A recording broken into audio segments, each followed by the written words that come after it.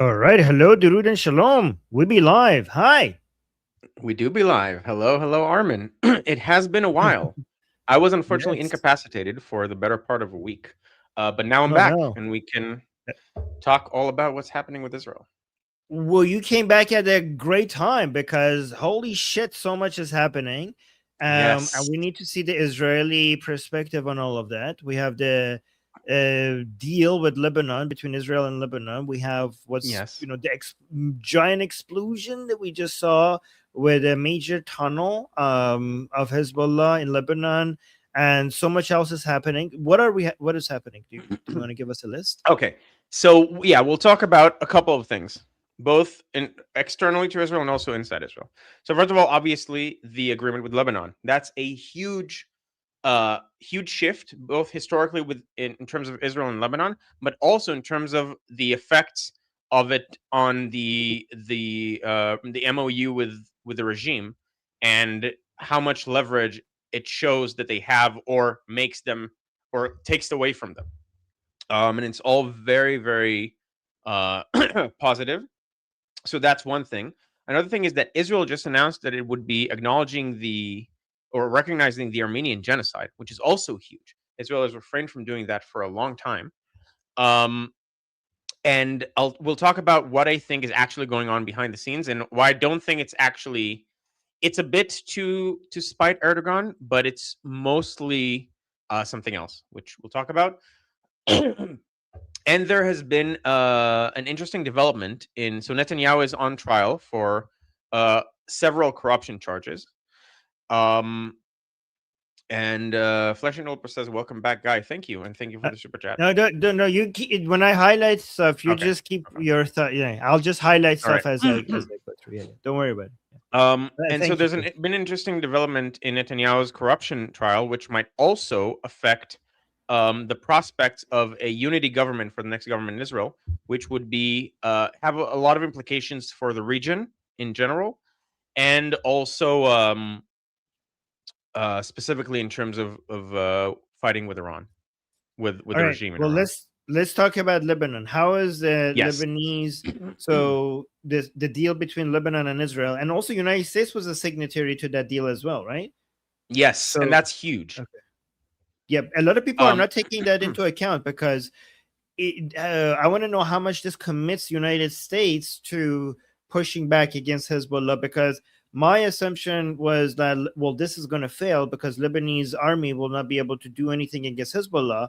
But then I saw the Section 11 of the signed agreement where the United States is committing to pushing back Islamic Republic when it comes to supporting Hezbollah, and I don't know what level of commitment we're looking here. But if the Americans are going to commit to this, then that completely changes my calculations. What are you right? so yeah, so we'll see.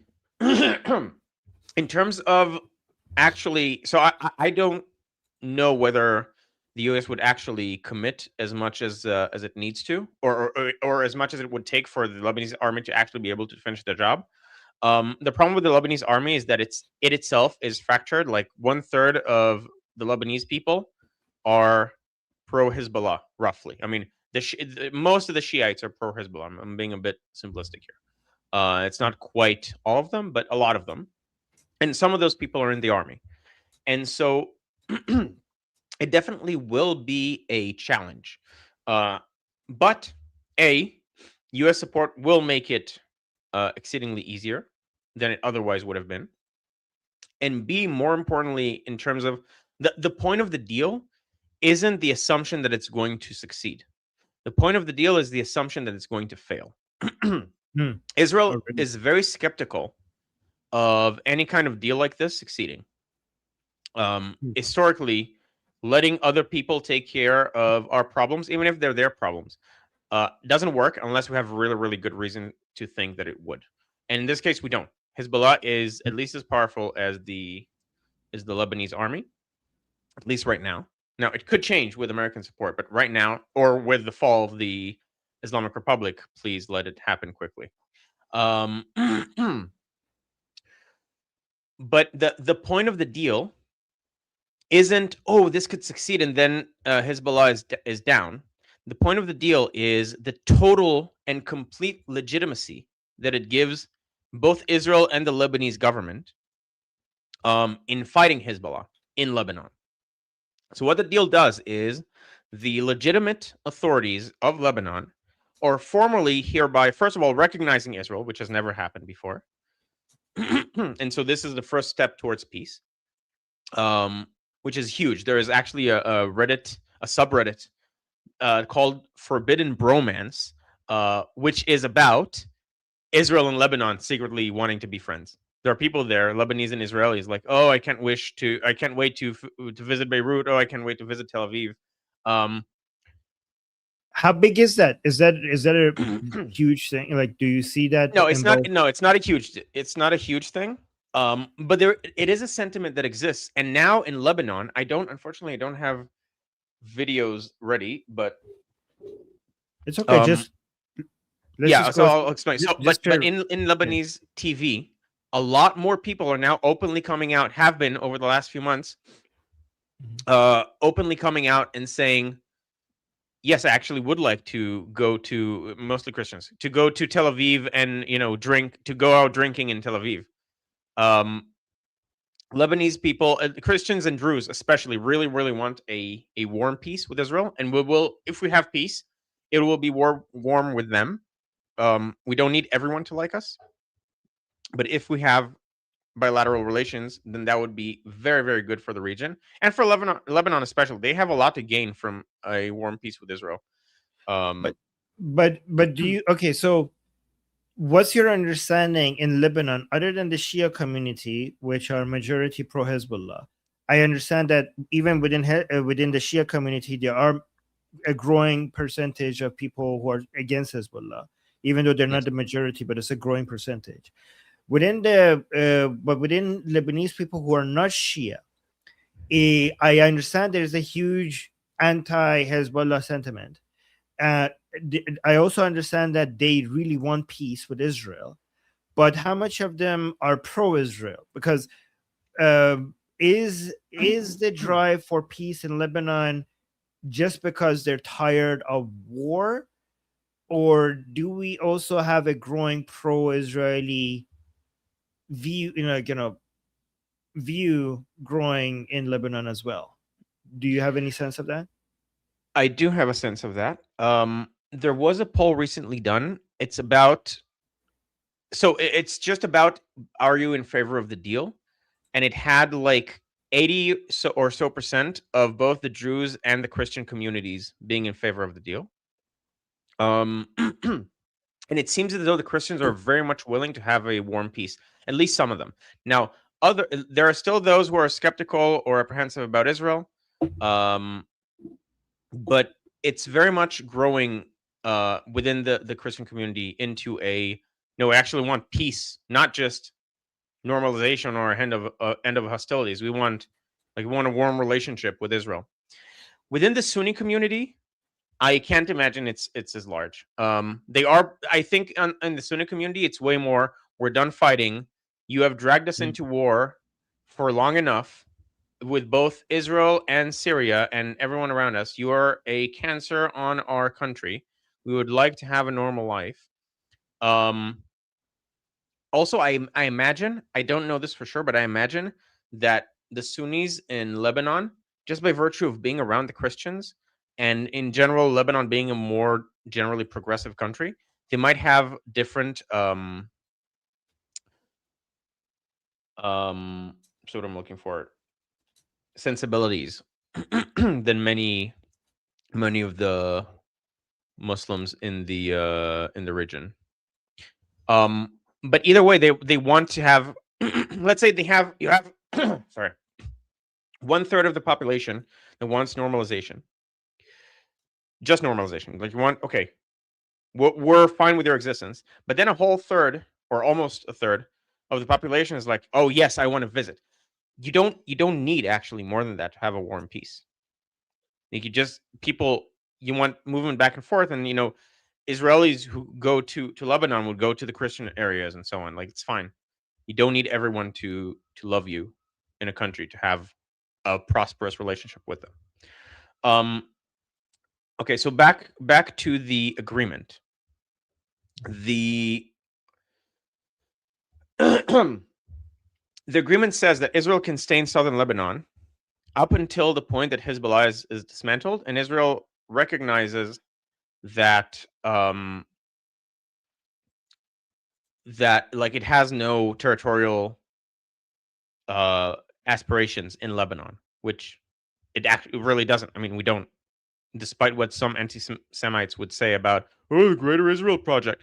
No, we don't need anything more than the little plot that we have. Some people would, in theory, love to have it. Like, if you give it to us, we'd gladly take it. But no one wants to go to war to expand the border of Israel beyond the Jordan River or to the north What or to would the be south. what would be the best evidence, in your opinion, that Israel doesn't have an expansionist agenda Right now or historically? now? Right now is, I mean, the fact that we could, if we want to take over Lebanon, we can just take over Lebanon. It's not, I mean, Hezbollah is not stopping us. Iran is stopping us because of the MOU that they signed with Vance. I mean, the regime is stopping us. And yeah, and we gave it back already once before in 2000, as Amir is saying. And then we got rockets for it. And I mean, we just signed a document that says, listen, we don't have any territorial aspirations here. We will give you back the chunk of land that we are on once it's safe for our citizens in the north.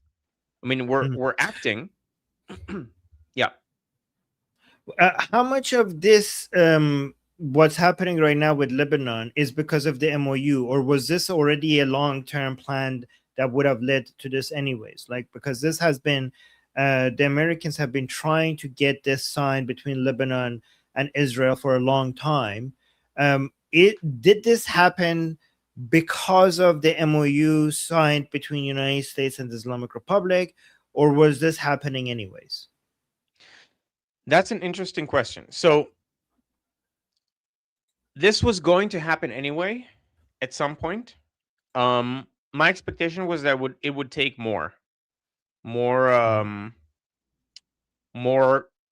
advancement by the military, let's say, towards Beirut, not reaching Beirut, but having Beirut in a place where it's like, in theory it could be taken over. I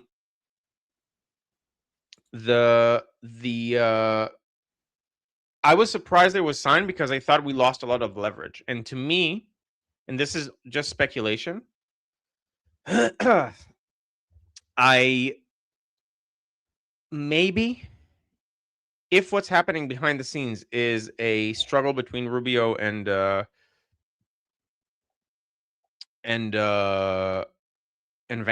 Mm-hmm.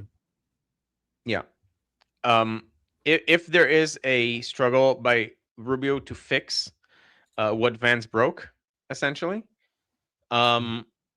and so he went to the Gulf states and he went to Lebanon, he may have been able to convince the people under him to apply more pressure to the Lebanese government to get this signed, because it's critical to separate the Lebanon and Iran agendas.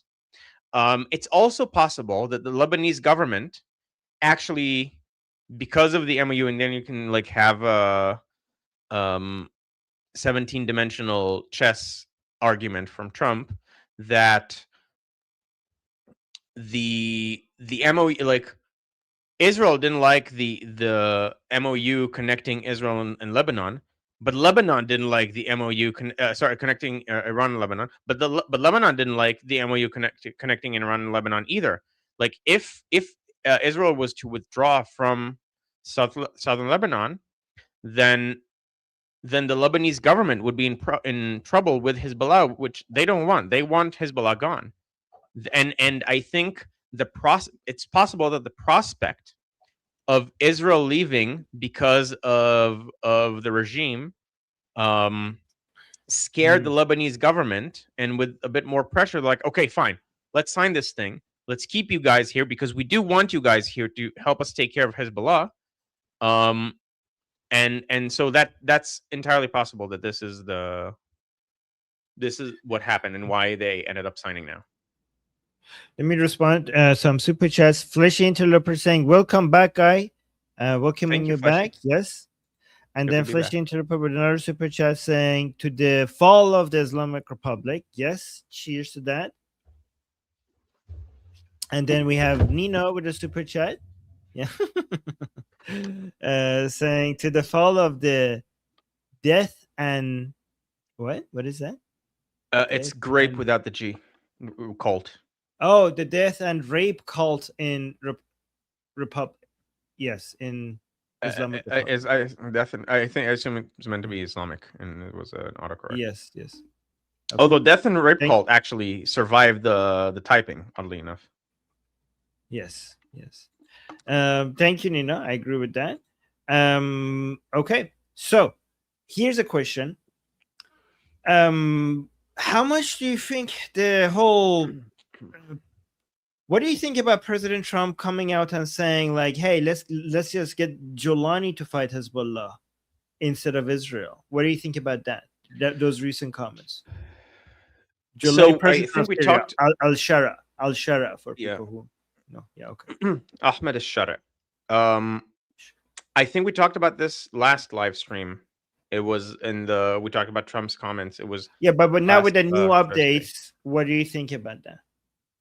I don't connect the two. I think he Oh, actually, you know what? If we are doing the 11,000 D chess argument, then you could argue that this is Trump pressuring the government of Lebanon, saying, "Look, Israel can do this, or it can have ISIS do it. Which do you prefer?" Right. So, And do that you said, do I you don't. buy that 5D chess, or do you think that's just people who I don't always win know. there? I'm tired. I'm tired, boss. It's Yeah. A lot of it people are could getting be. frustrated with trying to, they say like some people criticize these takes that like every time Trump does something that is not very intelligent, we come up with the 5D chess excuse that, oh, look, this is what led to that, and that's why it was actually genius. Do you think that? What do you think? I think that if you want, I'm skeptical because I think it was just anger. Mm-hmm. For several reasons. One, a couple of days later, it said the Lebanese government doesn't want Jolani to do it either, in a way that implies that he didn't know this ahead of time. And so he backed off of that idea publicly before the signing of the MOU. So if you want to use it as a pressure point, you don't say, "Oh, no, never mind, they don't want it." The other thing is the comments were part of Israel is too brutal. Let's call ISIS in to do a better job.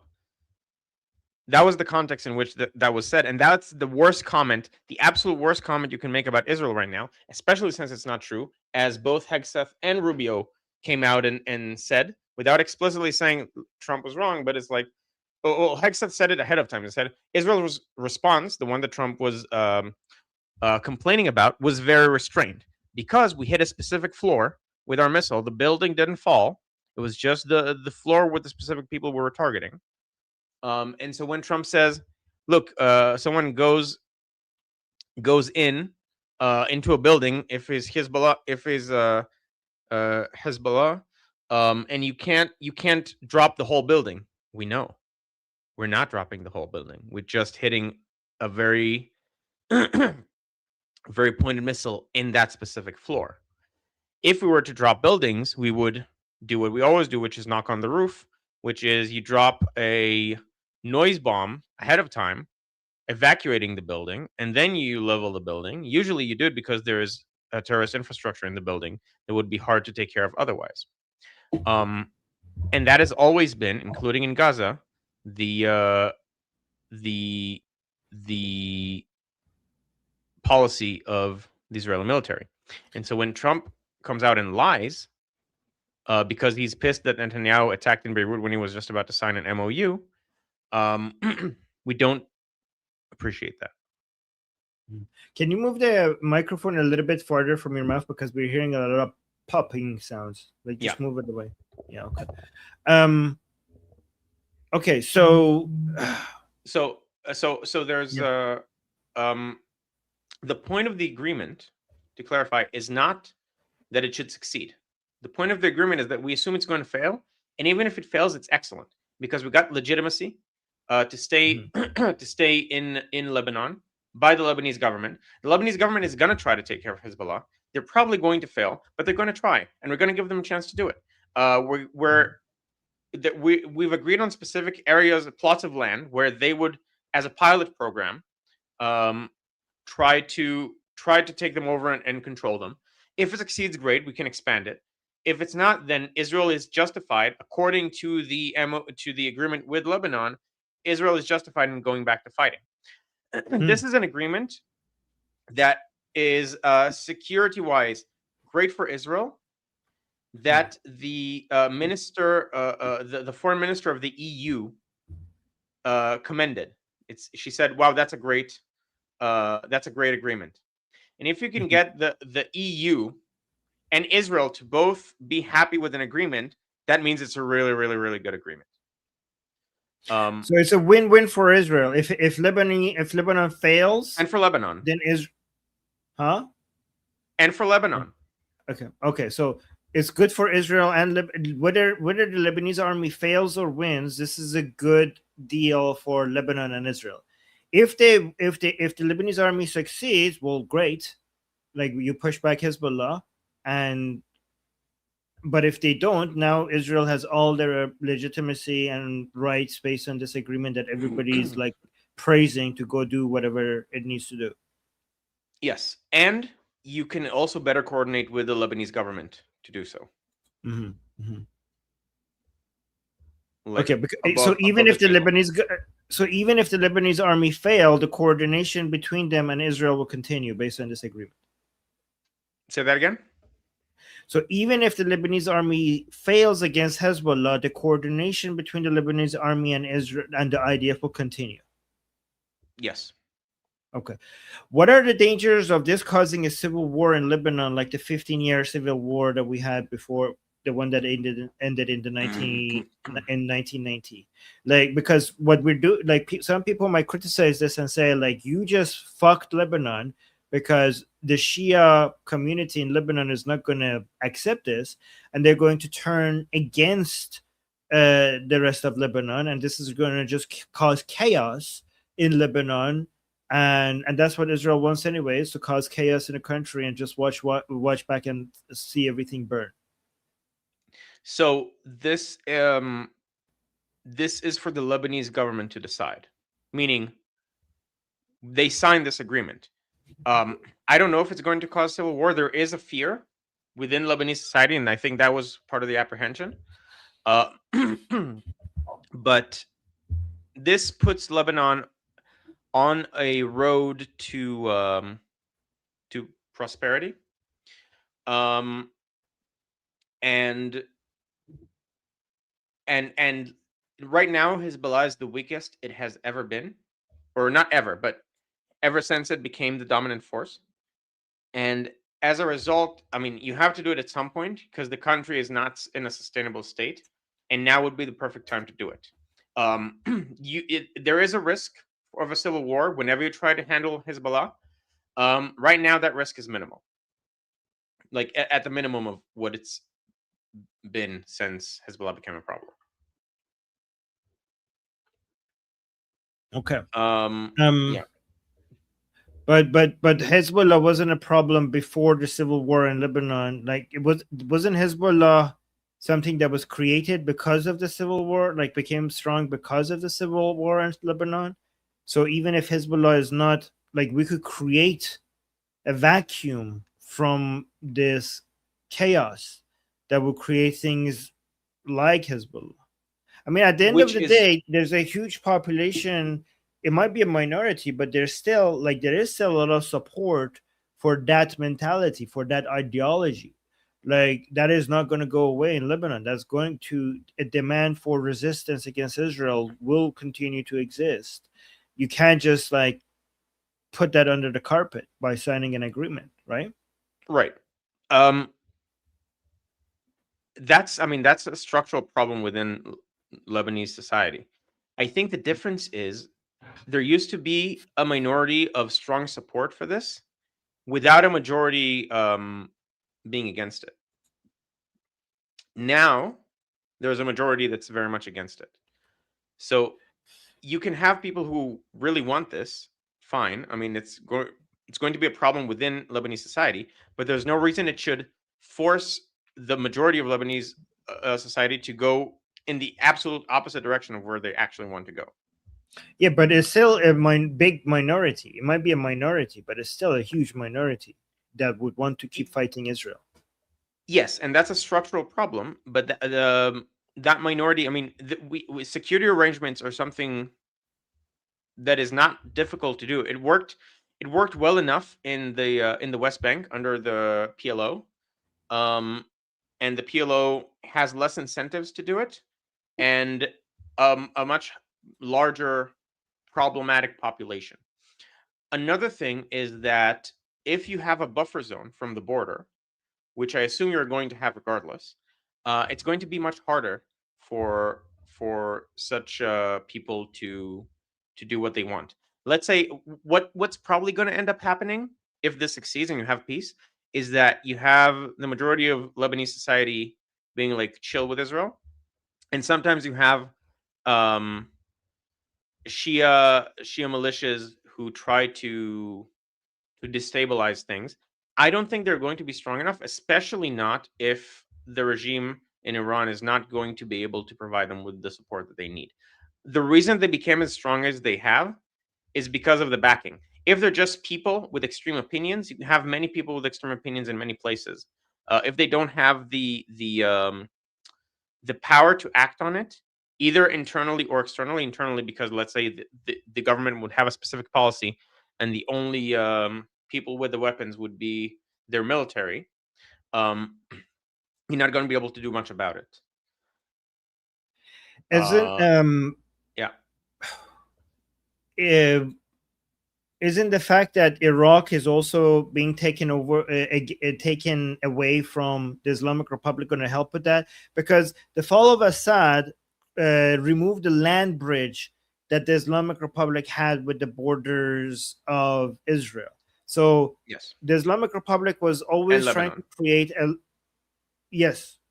with Israel, because so the way that the Islamic Republic has worked for decades on building this land bridge from Iran, Iraq, Syria, Lebanon, all the way to the borders of Israel. So basically be able to create a highway of missiles and drones right from Iran, go to Iraq because it controls Iraq, goes to Syria because it controls Syria, go to Lebanon right at the border. Like it wants to have all of these countries in its territory. It's in its Shia empire, and by that way it shares a border with its main enemy, which is Israel, so to easily be able to attack that. Right. So the fall of Assad meant that plan has been, kind of destroyed, but still because Syria is not very stable, the Islamic Republic still is able to move weapons and other kinds of support through Syria. And this is interesting because Jolani can't even stop that. And we're asking them to fight Hezbollah in Lebanon. It cannot even stop the support that it is getting to Hezbollah from the Islamic Republic in its own country. But it's much better than when Assad was ruling over Syria. But if the Islamic Republic loses Iraq as well, we just saw two nights ago and yesterday this new prime minister of Iraq going out and arresting politicians who are loyal to the Islamic Republic, which is something that I think President Trump deserves praise for, because President Trump was the one who pushed against Nouri al-Maliki to become prime minister in Iraq. If it wasn't for President Trump, right now the prime minister in Iraq would be Nouri al-Maliki, and Iraq would turn into a full proxy of the Islamic Republic.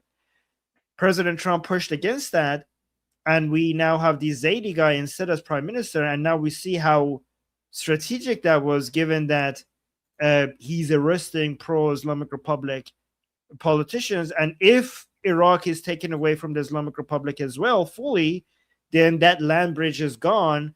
And if we get rid of Hashishabi, Islamic Republic politicians in Iraq, and if we could disarm Hezbollah, the Islamic Republic will be defenseless and naked. Like all of these layers of defense will be completely gone, and it would be the only thing it has left for it as defense is the enriched uranium.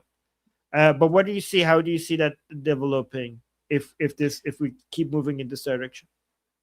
So I want you to thank you for this excellent segue into the next topic I was going to talk about, which is Israel acknowledging the or recognizing the Armenian genocide. Now, how is this related? A lot of people say, well, okay, well, Israel is trying to stick it to Erdogan by recognizing the Armenian genocide after not doing it before because of his rhetoric. I think that's part of it. But I think a major part of it is we're talking about Iran and losing its grasp on the region. Armenia, up until recently, was a Russian proxy. It was in the Russian orbit. They just had an election after signing the peace with Azerbaijan. I'm listening. You talk about it. I need to just be right back. Okay. Okay. So what happened was that Armenia just had an election, and pro-Western people were elected. And Marco Rubio was also there in both Azerbaijan and Armenia recently in conversations. We don't know what the content of those conversations was. It would not surprise me one bit. And by the way, so Azerbaijan is a strategic partner of Israel. Azerbaijan and Armenia used to be enemies. They, at the very least, still have tensions between them.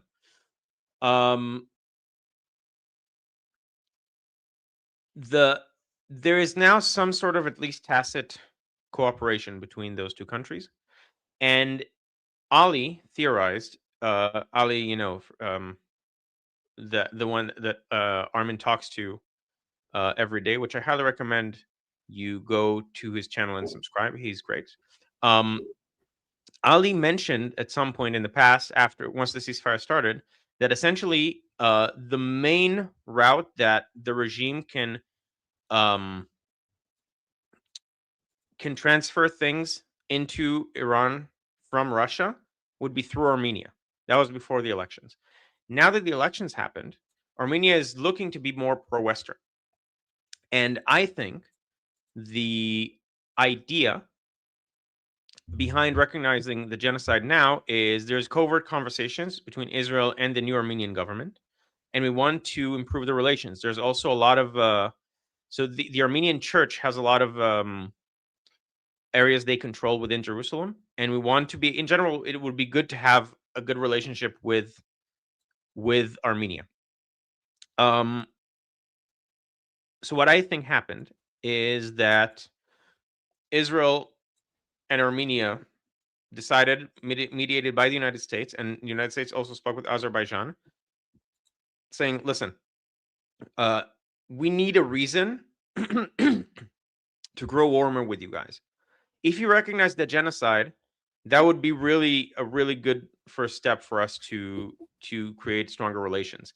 And I think there was talks with Azerbaijan to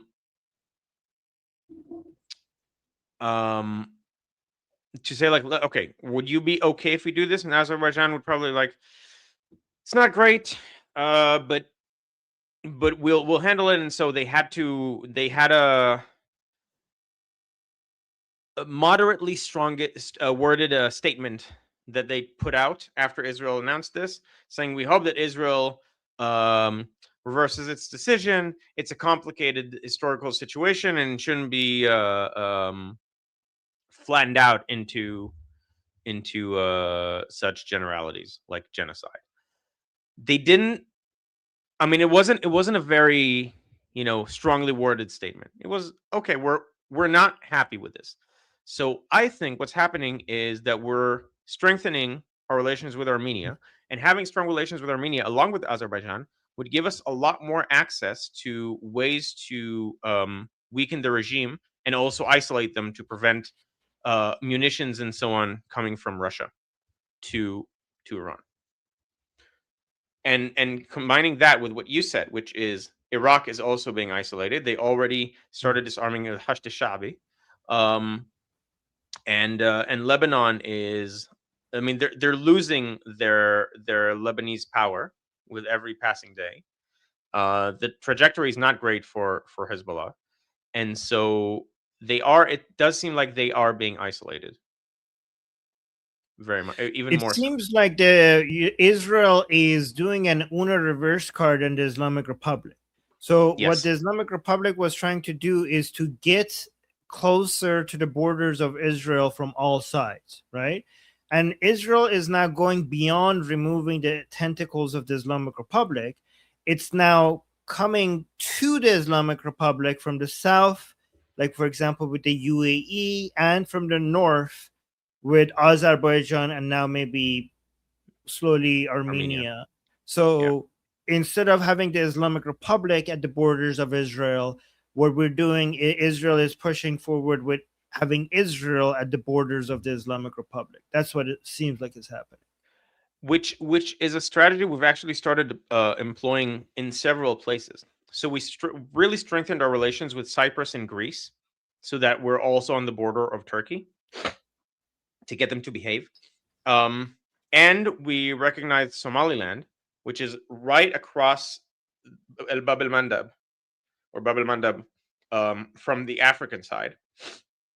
And we also seem to be having forces and stuff there to be able to strike against the Houthis and to counteract the Houthis. So it does seem to be like a strategy that Israel has started deploying over the last year or 2 years. And I think it's a good strategy, especially since you don't have expansion goals. You just want to deter the people who want to fight you. By the way, guys, if you have any questions regarding what Guy is saying, please ask them in the chat. I'm going to try to keep an eye. We did get a super chat. Do you want to respond to this one? Thank you, Roman. So Roman Viking, yeah, thank you for the €5. Would it be feasible to put Lebanon under temporary Singaporean control to lead to a successful multicultural state? No, I don't think so. So Singapore has very strict control over its civilians, and I assume you mean some sort of like and correct me if I'm wrong here, some sort of like re-education. I don't think it's going to work. A lot of these people are very religious in several directions. I think honestly the best thing for Lebanon would be to divide up into a federation with 3 independent states. Preferably the Christian one would be in the south. And yeah, I mean, I don't see Lebanon actually succeeding as a real state, just like without people losing their religious identity to a large extent. Interesting. The issue is that, you know, as much of a military success you could have, what the issue, the idea, if you don't win ideologically, all of these problems will come back, right? So, like, what is an ideological win that we could have? Because, you know, at the end of the day, we have how many people? Like around 1 million people, I think, in Lebanon who support Hezbollah and fighting against Israel. That is still going to be there. But how do we deal with that? So I think let's look at the next 3 starred comments, and then I'll answer you, because they'll actually be very informative, specifically for that. So the next one is Shauna saying there are people with extreme opinions in the United States. Their only problem right now because of the lack of enforcement. I don't know enough about, like, is it crime? Is it immigration? I'm not sure exactly what you're talking about. But the point the main point is, if you have a coherent national policy and you're willing to punish people who go against it, especially in a way that risks human life, you can curve it to a large extent. People might murmur, but they're not going to do anything. And if Lebanon becomes prosperous, ideally the numbers of those people will become smaller, and we're already seeing that that's the case even among the Shiites.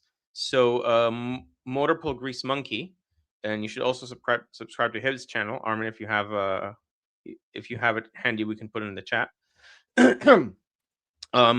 In Lebanon, by the way, he talks about United States politics, and also very informed. He is former military, so he has a lot of very interesting knowledge. So Monkey is saying that in Lebanon, opposition to Hezbollah is overwhelming. 79% of Lebanese want only the army to hold weapons. The remaining 21% break down as 18% openly pro-Hezbollah, meaning wanting it to keep its arms, and 3% ambivalent or didn't want to say. Even among the Shia, significant cracks exist, with 12 to 27% supporting disarmament. Now, I assume 27% is generous, but that's still it's a it's a very big crack even within Shia, the Shia in Lebanon. I assume if I agree, these numbers are insane. Like this, we could not have dreamed of this even 2 years ago. So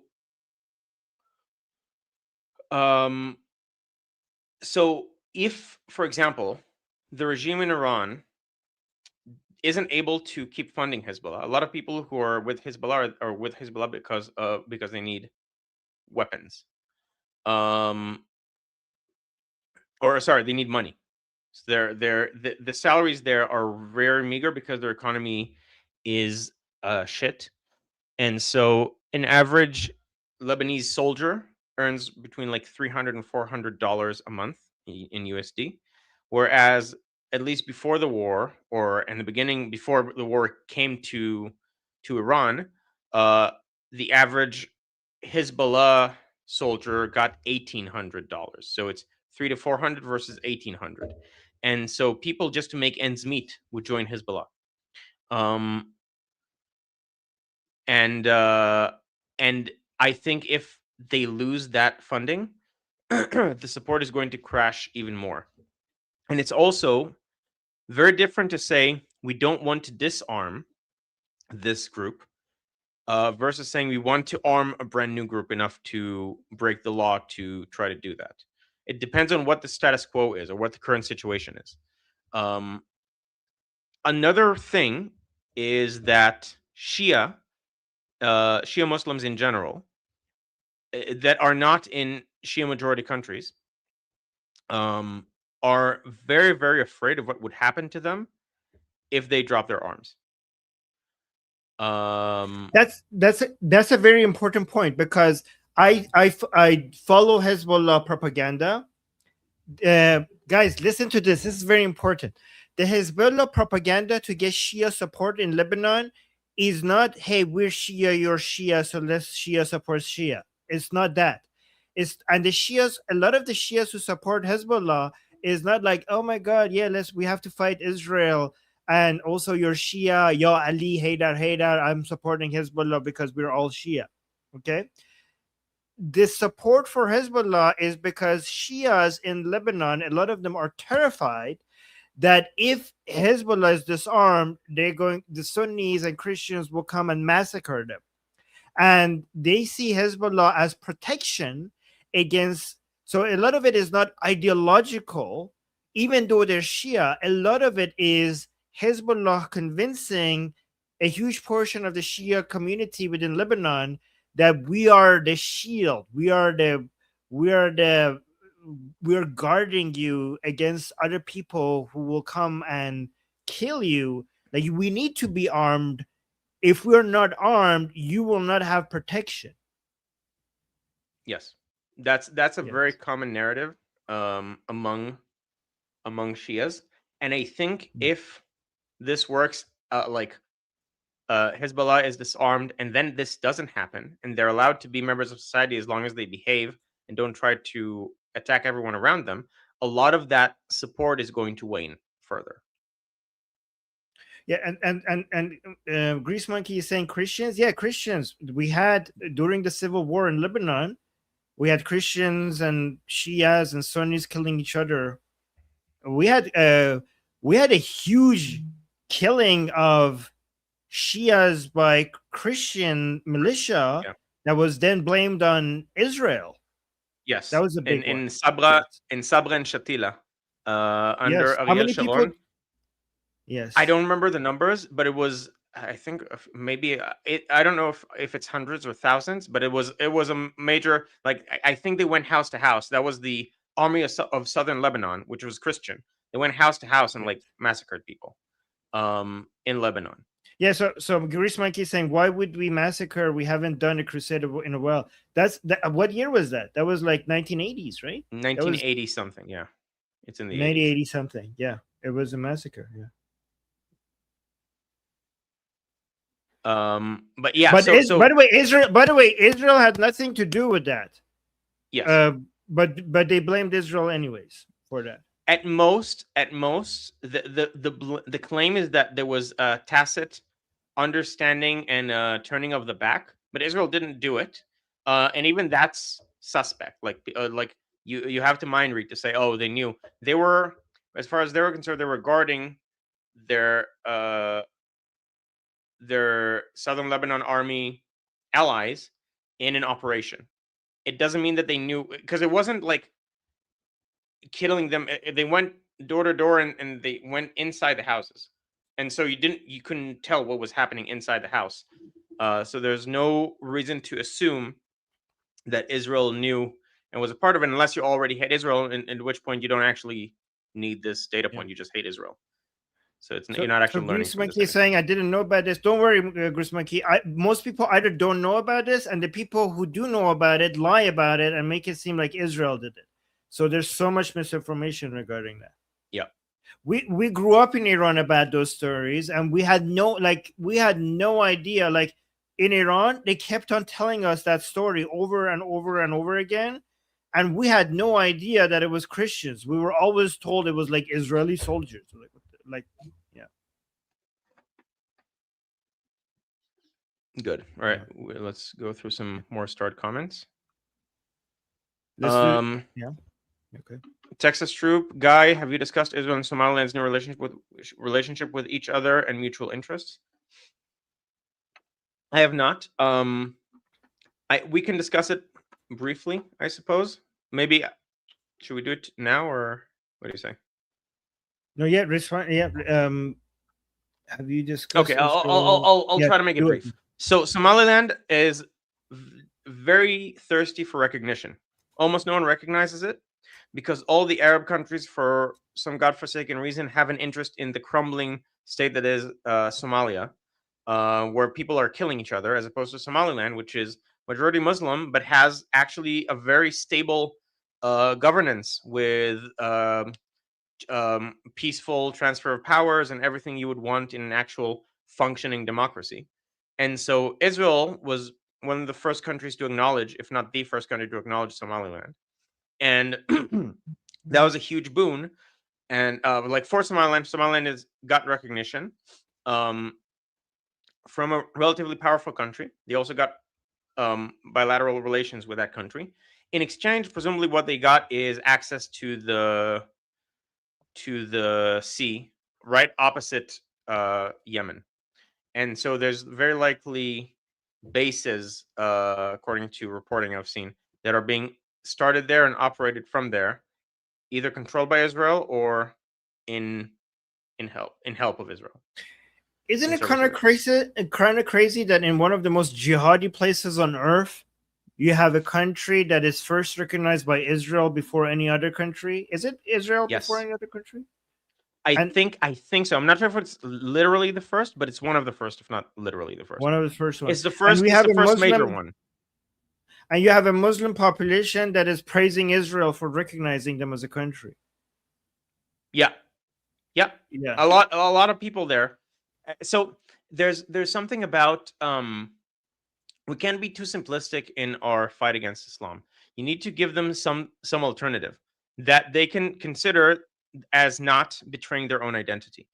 And there are countries that are now offering that kind of alternative, namely UAE and Somaliland. And so we need to bolster that as opposed to fight all of Islam. It's not practical. It's much better to get people to become that kind of Muslim, even if it's not like we can argue about the text for forever. There is a way to interpret Quran that allows for that. Now we can.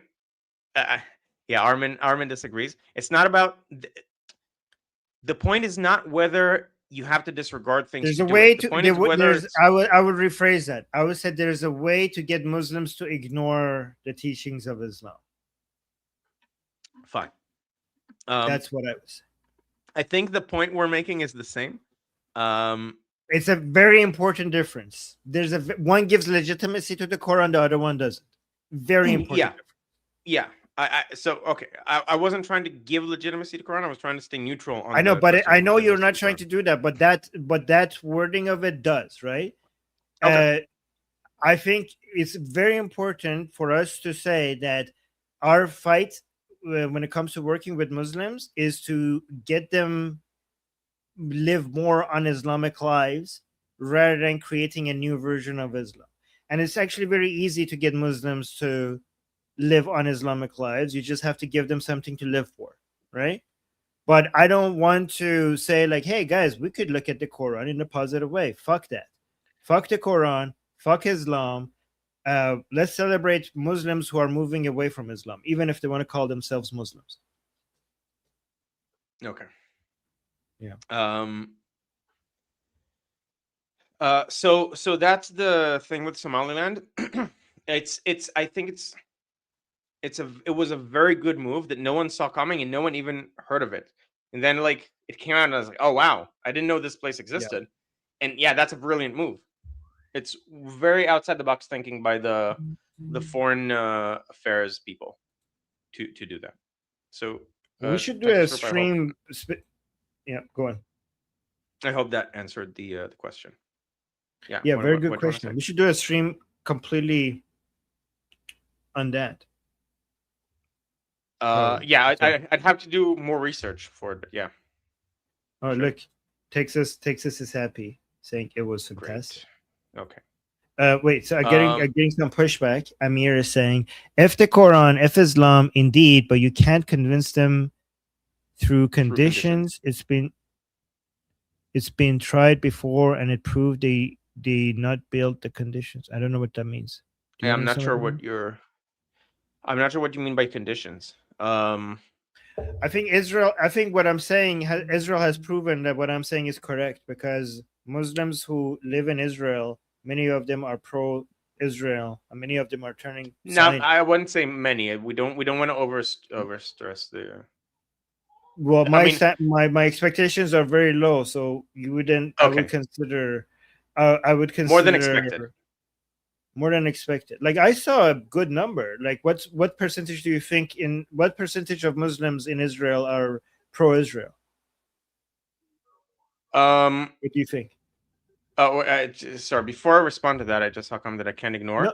No. It's hard for a guy to give credit to Bibi. Funny, because I said it was the foreign ministry people, and often people who don't like to give Bibi credit, like, "Wow, that was amazing." What? So one funny thing I saw is, well, what an amazing agreement with Lebanon. Well done to the people of the army.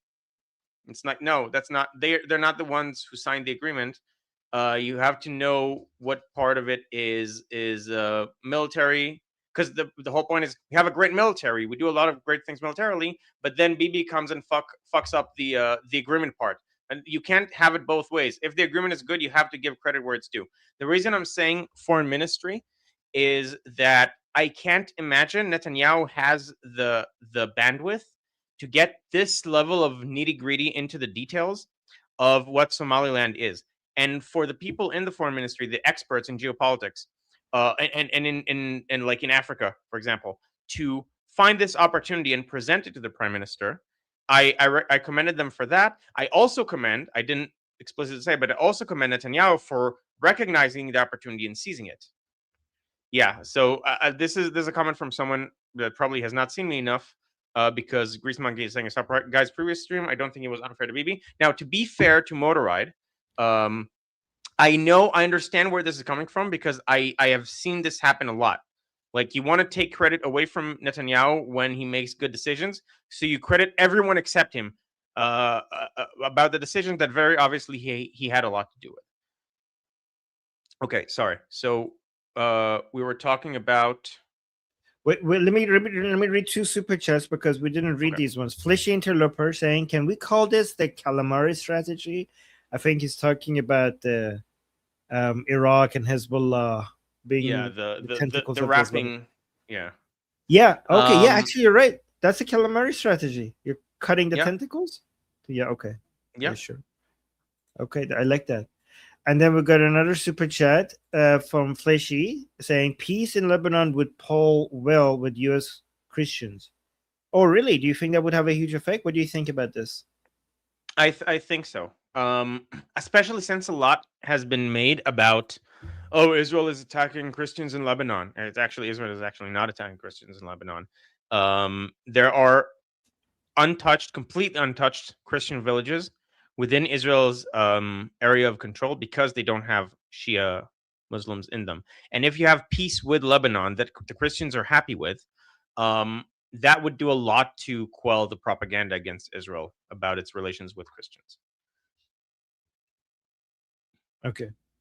The counter is broken, which sucks, but it's okay. Yeah. We got another super chat from BT. Thank you so much. You want to read this one? BT June. Yes. Thank you, BT. So religion aside, there is a violence issue in the Middle East. Maybe from Arab colonization, some say poverty, but they bring it with them wherever they go. How is that culture separated outside religion? That's a big question.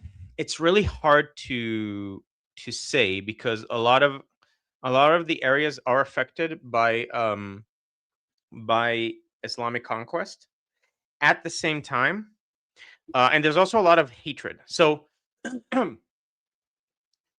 I do think that the non-Muslim communities are very, unless they've been propagandized some other way, there is a stark difference. I think what happened in Lebanon in the 80s has a lot to do with what some Iranians want to do to the regime once they get back into power and to regime supporters. I think now I'm not an expert in Lebanese history, but I think there was just so much bad blood there that that caused people to do things they would not do to people in most other situations. Okay. What do you think? I think BT is you're right when it comes to poverty. I think the mix of Islam and poverty is a toxic mix. Islam is the worst ideology to make people do things that are not good for prosperity and growth and peace and stability. I do think though that even when people are Muslim, if you don't have poverty and if you have hope for the future and if you have safety and security, the effect of the Islamic ideology on their behavior will become limited. Islam is an ideology that makes you want to have, it makes you prioritize life after death over this life, and that way you will do things that are not in your best interest to improve this world. And especially if it mixed with poverty, then people use Islam as a coping mechanism to think that they're fighting for a cause and something more valuable than these worldly stuff anyways. But if people do have hope that they could put their children in bed without worrying about them being blown into pieces and kiss them goodnight and read them children's stories and go on vacations and have enough food to eat and shelter and clothes and think that the lives of their children is going to be better than their lives, then have something to hope for, have something to work towards, then even if they are Muslim by name, they become less. They would live less Islamic lives because this world is providing them enough to live for. Yeah. That's fine. Yeah. So Islam is a mass-produced factory of suicidal ideation, and so Difficult. if your life sucks, like for people with depression, they have a lot of suicidal ideation. You suddenly think of the next life as being great and so on, as a way to justify committing suicide. And I think Islam gives you that to such an extent that it's very tempting if your life isn't great. It also helps you deal with suffering because suffering will be a test from God. Suffering would be a blessing from God because if so if you the idea is that this world, when you become rich and when you become too many things that you enjoy, this world will distract you from God. And God sometimes loves you so much that it will take away from you the things that you love, your wealth, your house, your children, your family, your stability, your peace of mind, so that you don't become attached to this world and go back to moving towards God, right? So that is a very powerful coping mechanism. If your life is shit, then your technique you could be convinced that you're being loved by God. God took this away from you so that you could go back to his arms rather than this world. Yep. Okay. Shall we continue with the rest of the Yeah, comments? we got another super chat. Oh yeah, let's run to that one and then we'll go to the super chat. Okay. So, Son of Jesus is saying, won't you expect to own and control and rule the entire world under the Messiah, God's chosen ruler of everything? Maybe I just don't. Judaism fundamentally does not want to own and control and rule the entire world, as opposed, unlike Christianity and Islam that have expansionist um, aspirations. Not saying that judgmentally, just descriptively. They want Christianity wants everyone to be Christian to recognize the Messiah and that he has risen and so on, and to be saved in the afterlife. Judaism does not have those aspirations. Judaism has the only aspiration that Judaism has is that as many people as possible follow the 7 Noahide laws, um, that are some form of recognition of God, um, without idolatry, and a bunch of like common rules that we would all want all people to follow. There's an expanded list of 30 laws, but basically it's, and other than that, you can profess whatever you want to profess. You can believe in God in many ways, but Judaism doesn't expect everyone to be Jewish or to everyone to be under its control beyond being decent. When I was in Jerusalem, there was a rabbi that was. I recorded this, by the way. It's like the video is online. A rabbi, I was handing out pamphlets and stuff. So I was talking to him, and he asks me about my background, and I told him, and he said, "I have good news for you." Okay, what's good news? I got like good news is something that you sometimes hear from evangelical Christians, but they're like, "Oh my god, a rabbi is telling me there's good news." So like, what is the good news? He like when the Messiah is coming soon, and then you get to serve Jews as a non-Jew, and that would be the best thing that would ever happen to you in your life. So this was in Jerusalem by a rabbi. So he Okay. said, like, is that's not normal, right? That's like No. weird. Yeah. No. That's no. I was actually, I thought we were going to go in the other direction of saying like, he said, yeah, and you can believe whatever you want. You can have your own life, and no, Jews don't need to No. be served. That's not.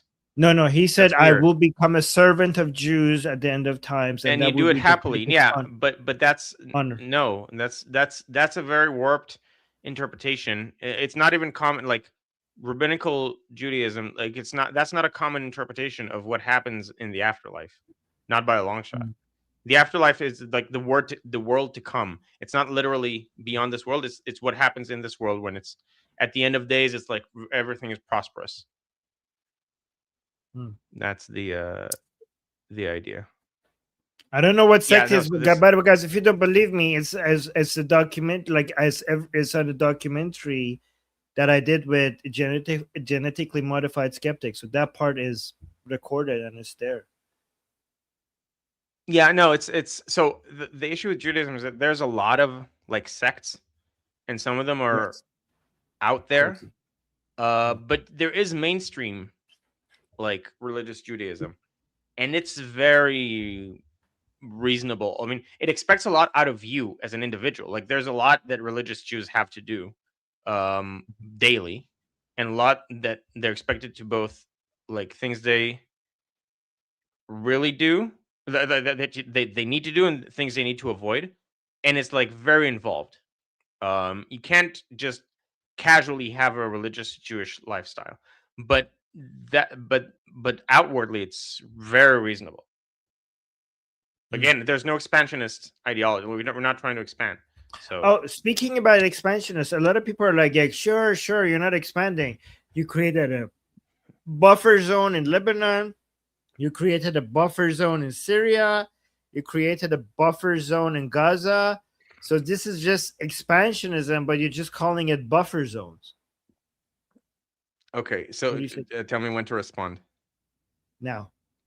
Okay, do you think there might be a reason why we had to create buffer zones? Like if you know that this is our strategy, how about you don't give us the ammunition by firing rockets at us so that we have to create buffer zones and we have the perfect excuse to create buffer zones.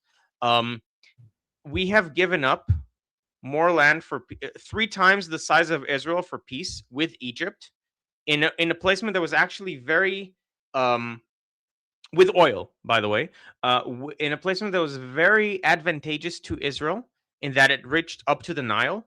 So there's actually a river there. But because it quelled the Egyptian um, fight against Israel, we took it with both hands. A right wing government, by the way, the Likud government under Menachem Begin, did this. Um, because what we want is to live in peace in Israel as the core of Israel, which is in So certain they yeah, would say that you call it buffer zone, but we know what it is, right? So they're like, we know what you're about to do. You want to invade us and take over.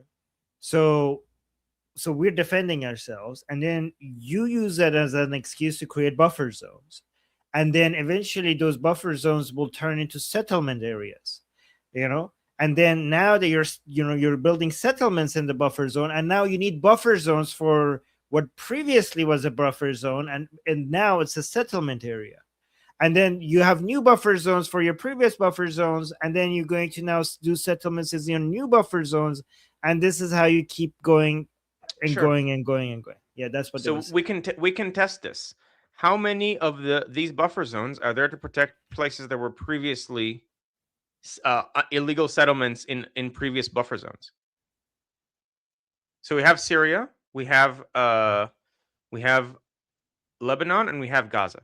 Lebanon, that's been the border since 48. Gaza, same. Um, Syria is a bit more involved. That is areas that we took, but we don't have settlements there. It's mostly Druze that live there. We just wanted to get past the mountain because we were Yes, fired at from the they top would of the say mountain. they say. By the way, I know I completely agree. I make the same I know. arguments that you're making, okay? But they would say they're buffer zones for now. Okay, just like Judea and Samaria was supposed to be a buffer zone, but now you need buffer zone for that buffer zone, right? Eventually, So they said like give it time. Eventually, these buffer zones in Lebanon will be the Israelis will start. So they have different politicians. Israel has different faces. They would say like you have these moderates who are like, oh no, this is just for security, but then you have you know IRGC, other the Jalilis. yeah, the Jalilis, the Smutrich, the Ben Gavirs, who were like, oh, now that we have them, we need to settle. Like and like you're like, oh, our hands are tied. We need to cooperate with them because, or else we wouldn't win elections, and now we have to appeal to them. We don't want to do that, but we have to win votes, and then they're gonna push, force your hand to build settlements, and then we're like, oh no, they are too radical. We didn't want to do it, but now they made us do it. And now that you have settlements in these new areas, now you need a buffer zone to protect them. Okay. So we talk the West Bank is different from the rest of the places, partially Judea and because Samaria.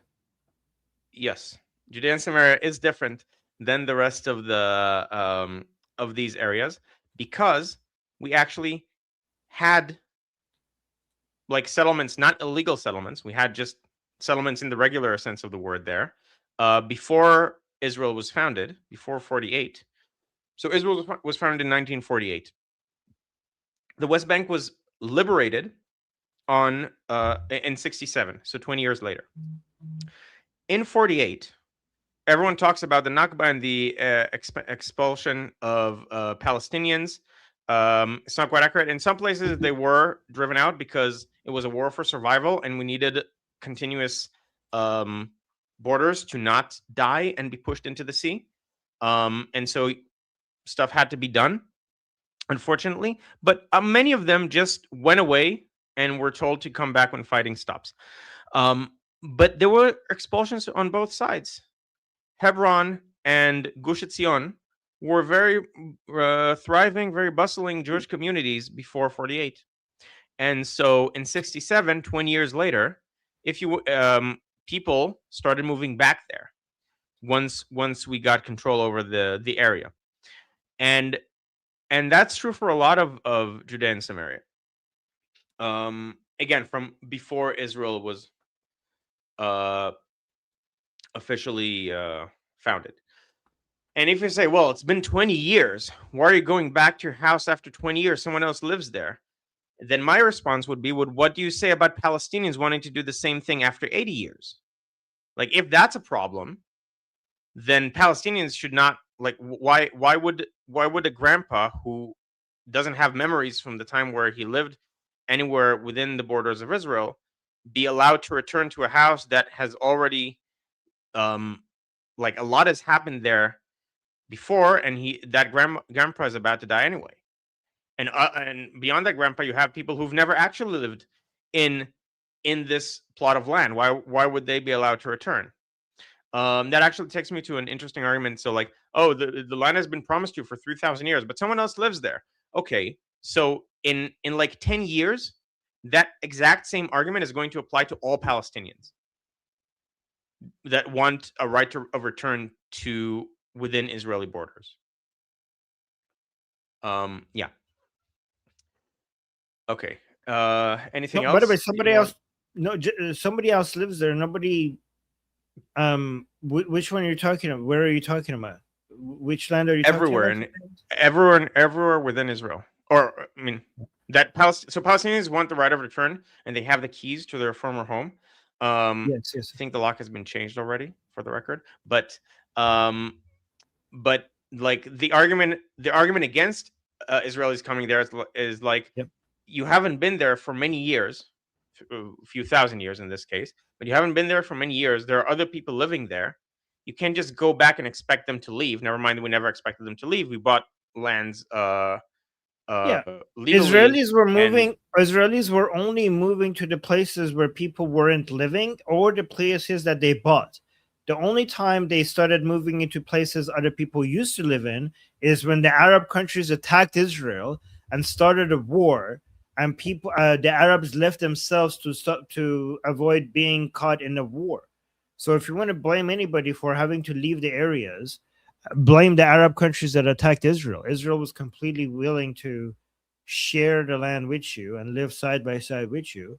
You're the ones who attacked Israel and caused the people call it the Nakba, the tragedy. Who caused it? Israel didn't attack you. You attacked Israel. I'm You sorry, started a one war. second. I'll be right back. Sorry.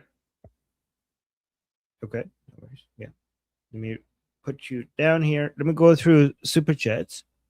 Let me see. I want to do super chats that Guy doesn't have to be here for. Okay, let's this one. Rafi, thank you so much. Oh, he's back. Your disappointment was well heard. Yes, like we couldn't get 5 seconds without God. And Yeah, I'm thinking, why did without you me. turn? I wasn't. All right. Let's see if this is. I'm No, looking for a map that's related to what we were talking about. In the meantime, yeah, two Jews, three opinions. That's correct. Jews are very diverse in terms of opinions. The that's whole a good Talmud is thing. just debates. Yeah, we have a holy text that's just debates, and like one person saying this and the other person saying that. Which is another reason why cherry picking from the Talmud is like someone said this, but the next sentence is like, "Are you crazy?" No. So like, there's a lot of crazy opinions there because it's a lot of people arguing over things. So Grease Monkey is saying, I think he has been pretty informative. Thanks, Guy. If you would like more of this, we haven't plugged my channel yet, the whole stream. This is my channel. It is now at 440 subscribers. We want to get to 1,000 so I can get money from you guys. Um, Let me and put the so link. please Guys, the subscribe to link it. is in the description, and I'll put the link in the chat as well. Oh, you're almost halfway there to Yeah, I mean, we're monetization. moving at a good pace, I feel, considering we haven't been doing that many live streams. It's not like Ali, unfortunately, I can't We do it will be daily right now. moving at a faster pace once we do the collab links, which I will talk to you Yeah. about. Okay. So the growth is going to be significantly faster once when we go live on both channels. We add collab links connecting the streams together, and the videos that we edit from it. We also do collabs on that. That will. By the way, but guys, make sure you go subscribe. We're trying to get him to 1,000 subscribers so he could monetize his channel. It's a And guy is a ideally very good source also, of information. thank you. And ideally also watch the stream on my channel because I'm trying to get my watch hours up. I'm looking for something very specific that it's Oh, look. such a slam dunk. If I can get it. Yeah, but let's keep going through the comments meantime while I look for Okay. it. Let me Okay, do got one it. super chat. Found it. Yeah, but go ahead. Let's do one super chat and then we'll go to your map. Okay. And let's do two super chats and then we'll go to your map. Okay. Atki, do you want to read this one? Or I'll read it. Okay. Somaliland's also against the Minneapolis Learning Center's Magna Cum Laude graduates, and that itself deserves respect. Okay.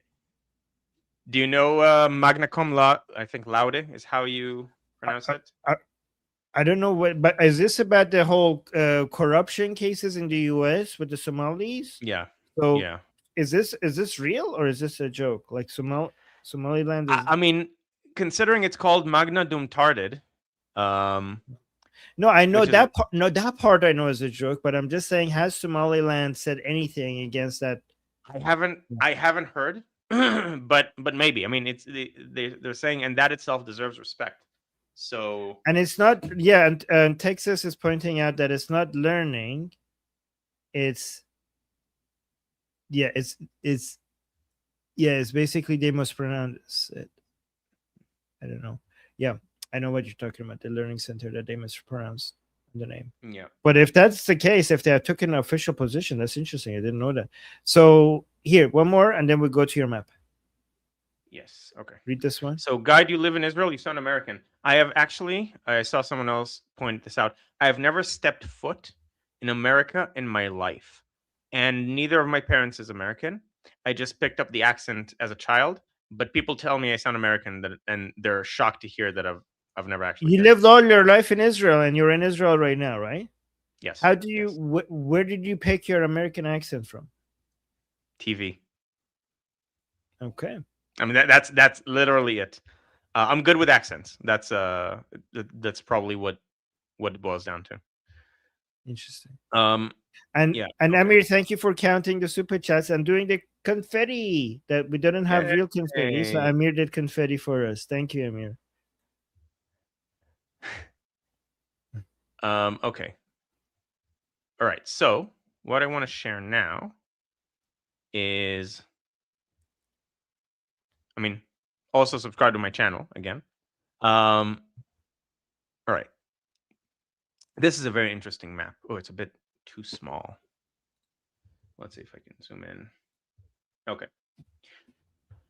On the left, you see places where in 1918 there was malaria. Yeah, it's on West Coast because most of television is West Coast. This is oh, you can't see my cursor, right? If you click on that tab that you're sharing, then we will be able to see it. Okay, there we go. There you go. So this is the places where you had large large swaths of malaria, and like, so these were swampy areas, not very much not livable in 1918, or sorry, 1920. Okay, this is a map of Jewish settlements in 1947. Okay, you can, and this is the partition based on those numbers. None of the places that Jews actually lived in were livable before the Jews got there. We occupied land controlled by mosquitoes. That's what actually happened. I mean, okay, you have some, not every, so this part didn't have malaria, fine, but by and large, everywhere that the Jews settled in Palestine, in Mandate Palestine, was teeming with malaria before they arrived, and so we had to drain the swamps and kick out the mosquitoes and settle there. So I'm willing to talk to the mosquitoes about a right of return. But this is a very. Are you, Drew? Are you really? What? Are you? I mean, really? I'm willing for humanitarian purposes of family reunification and so on. The mosquitoes. But we'll have to actually vet the mosquitoes. I want to see that they were actually from here.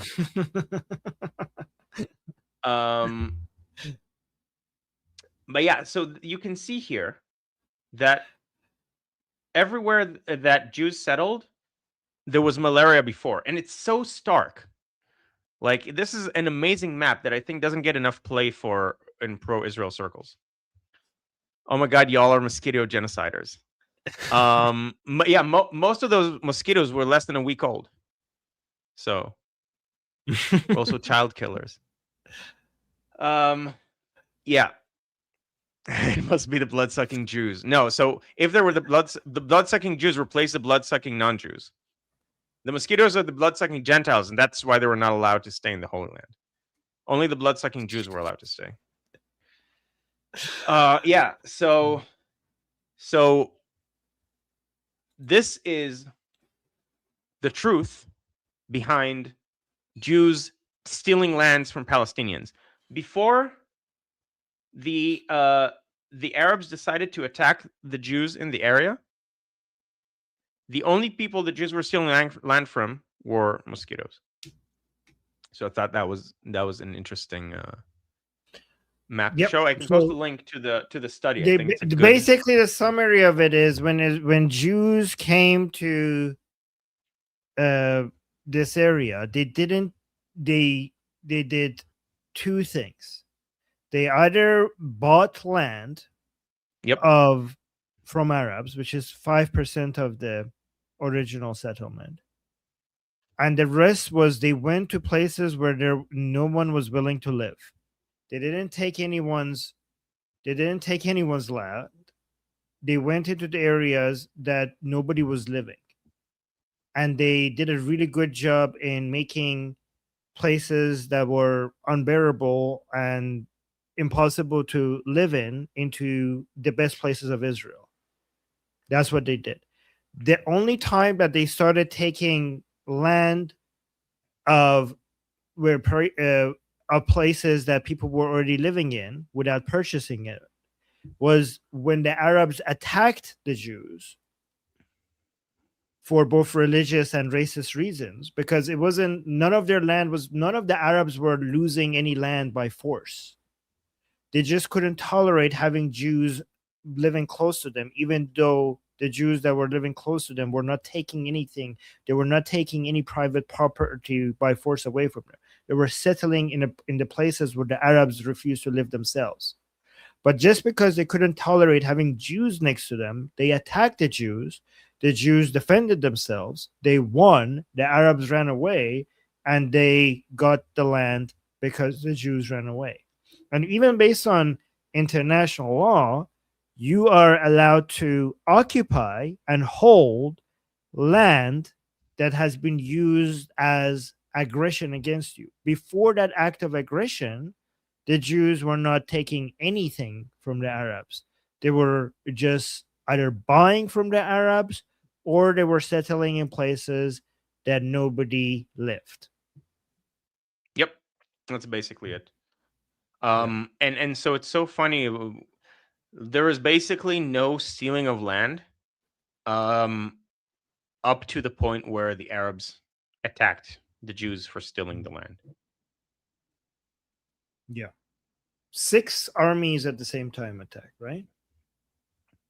Yeah, I think so. Right. The Syria, Lebanon, Jordan, Egypt. What I think Lebanon was founded. I mean, it wasn't Lebanon technically yet because Lebanon was founded a year later. You know, But I if think you're it's there were 6 yeah, armies. I think, yeah.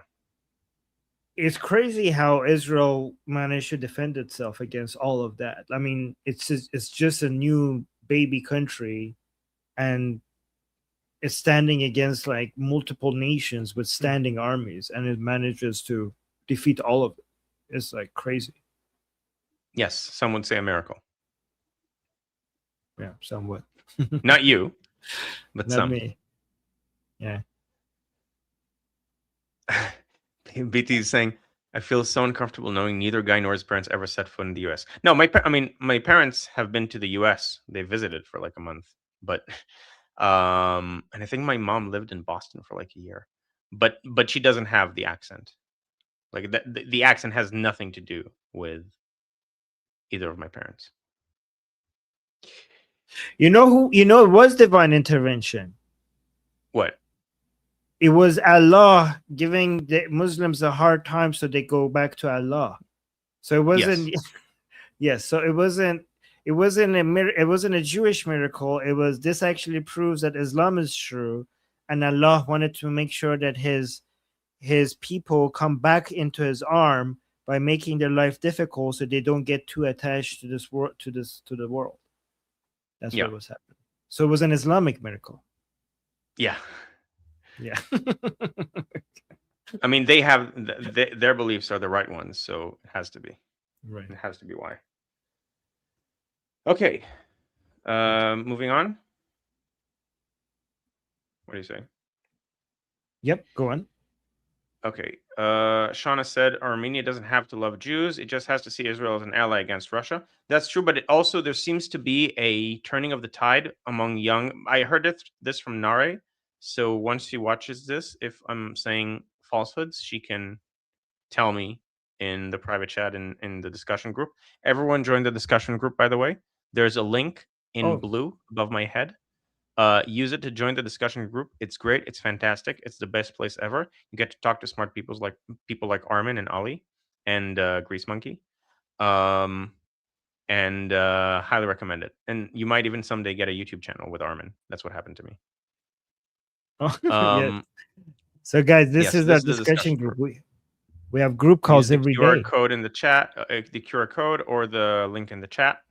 Join. Or the link in the description as well. Yeah. Sure. Yeah, and I meant the description. I said chat in the description. Well, it's also in the chat. Yes. It's pinned. Okay. Jen is saying so much knowledge in Armin's growing army. I've learned so much from all of you. Thank you all. Thank you for coming, Jen. No. Glad you feel informed as a result. Okay. Enjoying Guy's lecture / company. That's very lovely to hear. And so therefore, subscribe to my channel. Okay. Subscribe to this one as well if you haven't already. Because a lot of people watch without subscribing. Sorry. I just had a call and it took over my headphones. What did you say? Nothing. I said, don't subscribe to Guy. Subscribe to Liberty Politics. Okay, let's compromise and everyone subscribe to both. Yeah, I'm just kidding. Neither one of us wins that way, but it's a good compromise. Yeah, I don't. Yeah, never mind. I'm not. Okay. So Grease Monkey, subscribe to him as well. A lot of demands here. It's also, so this is about the Lebanese polling. It's also 2025 polling. Now that it's more feasible to oust Hezbollah with IRGC being limited in funding, I bet it's even more anti-Hezbollah sentiment. Oh yeah, if it's 2025, Yeah. like a lot has changed since 2025. This is very encouraging. The numbers are probably even better. Sure. Okay. Pro-Israel, not many, but they might agree Israel should exist. This is from I think the Lebanese this is people. from like 35 Yeah. minutes ago. Yeah. Yeah. But I think the Christians are slowly turning pro-Israel in the sense that we're taking care of Hezbollah for them, the bane of their existence. Okay. Shauna is saying, well, there are Catholics that still want to return to the Holy Roman Empire. Universalist religions can be a problem, in my opinion. Yeah, I mean, a lot of the anti-Israel crowd in America, I think, secretly harbors that. Like, no, they shouldn't control it. We should control it. Okay, and then Grease Monkey. That's what Hezbollah does. That's what Hamas does. That's what Houthis do. That's what Hash Avi. El Hasht Shabi. I mean, I don't know if my pronunciation helps, but El Hash, it's like Hashed, which is like what's the translation? I'm blanking on it. Hashed is like Popular gathering. mobilization. Just call the Mobilization, English yeah. version. Just call it PMF. Popular PMF. Mobilization Front. That's the English version of it. Poor motherfuckers. Oh PMF. wow. Okay, and we have a new member, Dwayne 2121. Thank you for becoming a member. Welcome to our group. Guy, you're gonna have your members soon, as soon as you monetize. So there we go. Yeah. Okay. Good. So that was good. We learned a lot. Thank you so much, Guy. That was very educational. Guys, make sure you let in the comments you appreciate Guy, because I think Guy is a really good addition to our army. I think he's very objective, and I think he has a lot of information that I think he's actually the best source of all things Israel related that I've ever met. Because when it comes to people with opinions about Israel, it's not just that everybody has their opinions and they're biased about it. That's okay. I mean, you should be biased for in favor of your own views. But I think Guy has this rare ability of being able to see and understand and steelman other people's perspective, which is makes it yeah, I get that.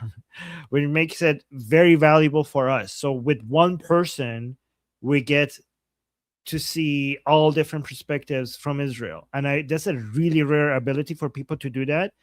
Usually people are incapable of steelmanning opinions. Honesty, steelmanning opinions that they disagree with. And when you see somebody, it takes a lot of intelligence for somebody to be able to do that effectively. Like people, when other people, when you ask them to steelman their opposition, they start making fun of it. They can't do it. And also they emotionally feel so disgusted that they're doing that they might do it for 5 seconds and then all of a sudden they stop. It takes a lot of emotional maturity and intelligence to be able to very effectively steelman your opposition. In fact, one great practice is to see if you could steelman your opposition better than they would be able to do. Like if you could I really try to do that a lot. Like that's one of my favorite exercises for myself to practice this. Gandalf, so Gandalf is in Iran and we're very happy to have him back with internet. And so the guy can present politics from point of view of many, keeping his personal bias to himself. I appreciate it. So I don't keep it to myself.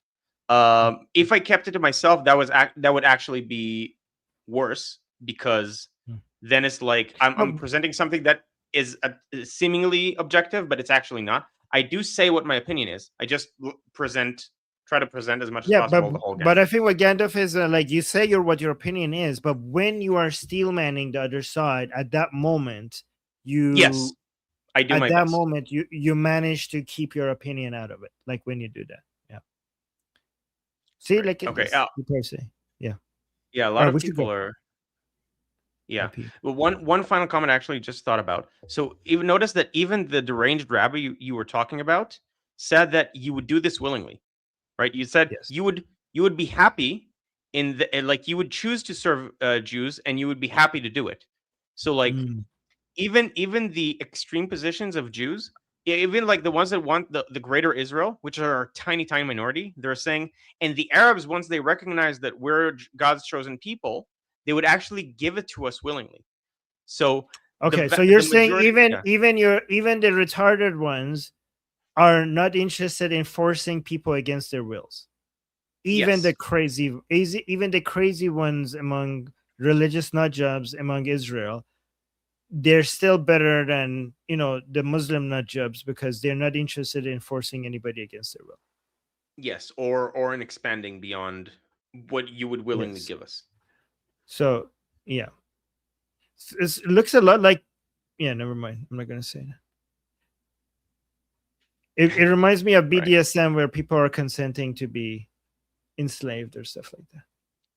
It's Yes. very So BDSM. Okay. Yes. it's a spiritual BDSM. Spiritual That's BDSM. probably a Let's call it great that. way of putting it. Yeah, I'm sure Yes. no one's Let's going to end the object to that. stream. Let's end the stream by calling Judaism spiritual BDSM. How about that? Okay. Sure. Okay. All right, guys. That was us. So make sure you subscribe to all our channels. And we'll see you soon when we go to our group discussion. Guys, by the way, today's group discussion, which I'm going to put the link in the chat, is open. That means it's free to everybody. So come there. We will be live streaming it on Liberty Politics. So either come in there and speak to us on our group call, or just watch it on Liberty Politics, where I will be live streaming the discussion pretty soon. So it's going to be happening in a few hours. Wait, let me see. In about 2 hours. So we'll see you there. Okay. Yes. All right, guys. Until then, Guy, would you be there today? I hope so. I have to see some of my schedule stuff. I hope to make it at least to some of it. All right. Until then, I'm Israel Chai, Slava Ukraine, Cuba Libre, Long Live America, Javicha, Payande, Iran. Mwah. See you guys soon. Bye, everyone.